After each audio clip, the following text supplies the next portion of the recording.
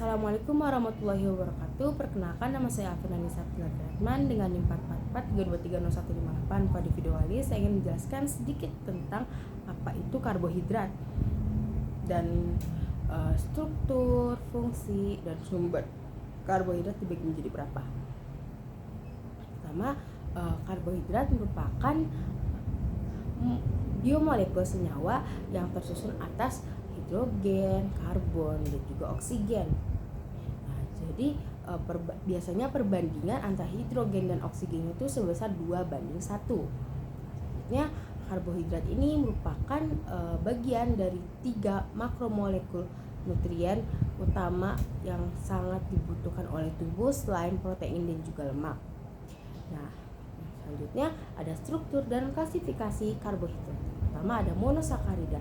Monosakarida merupakan karbohidrat yang paling sederhana karena hanya tersusun atas satu unit sel saja.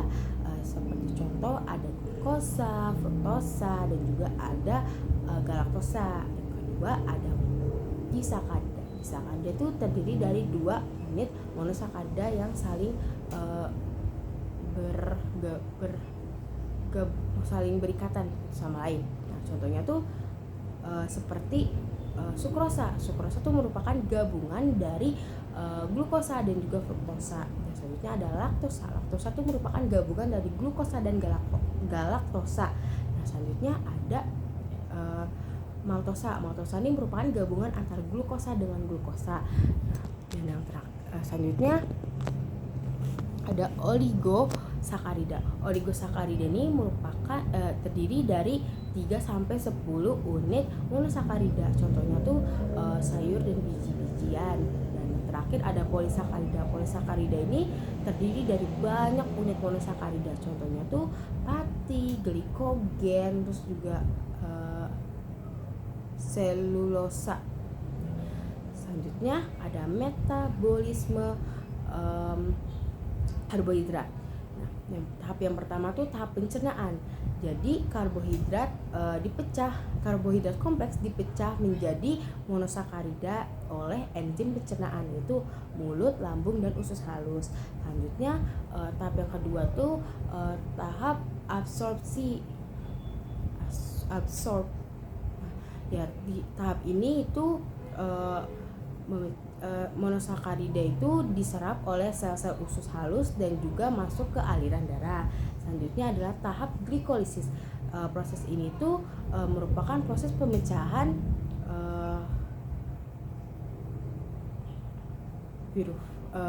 menjadi pirufat dan menghasilkan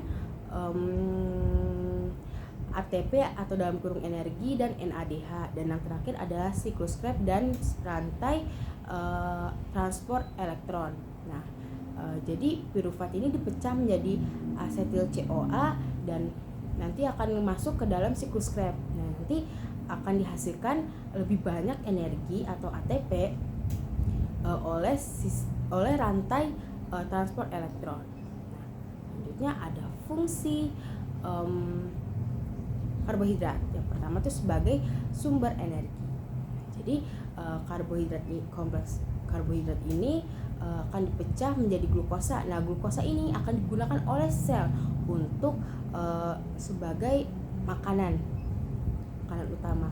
Dan yang kedua sebagai penyimpanan energi. Jadi glukosa yang tidak terpakai atau yang berlebih akan disimpan dalam bentuk glikogen di hati dan juga di otot. Dan yang ketiga sebagai struktur dan pembentuk sel. Nah, jadi polisakarida dalam contoh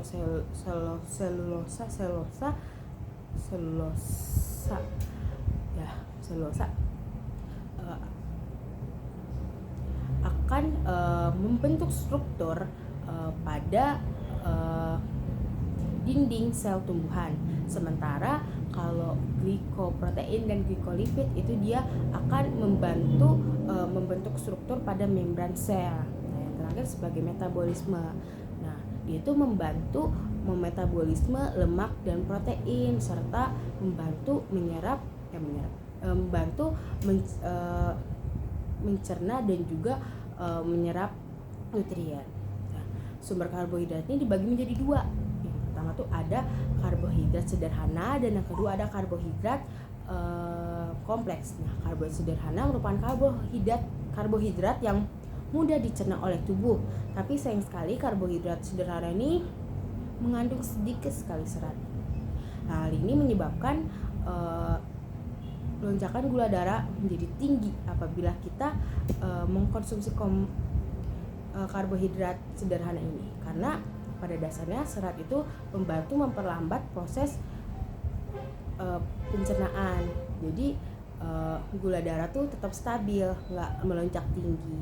Nah, seperti contohnya itu ada makanan manis seperti permen, gula, dan juga sirup. Terus juga ada buah, ya walau buah mengandung serat, tapi terdapat beberapa buah yang emang mengandung serat yang cukup kecil dibanding buah-buah yang lain, seperti contoh plum, aprikot, dan juga belewah. Terus selain itu, sementara karbohidrat kompleks merupakan karbohidrat yang lama dicerna oleh tubuh. Biasanya karbohidrat kompleks ini mengandung serat yang tinggi. Nah, apabila dikonsumsi itu tidak membuat gula darah naik cepat, karena dia tuh diprosesnya lama dan seratnya juga cenderung lebih banyak daripada karbohidrat sederhana. Nah, contohnya itu pertama ada biji-bijian, kacang-kacangan, terus ada umbi-umbian. Nah, itu kenapa lebih bagus daripada karbohidrat sederhana. Ya, sekian dari saya, kurang lebihnya mohon maaf. Wassalamualaikum warahmatullahi wabarakatuh.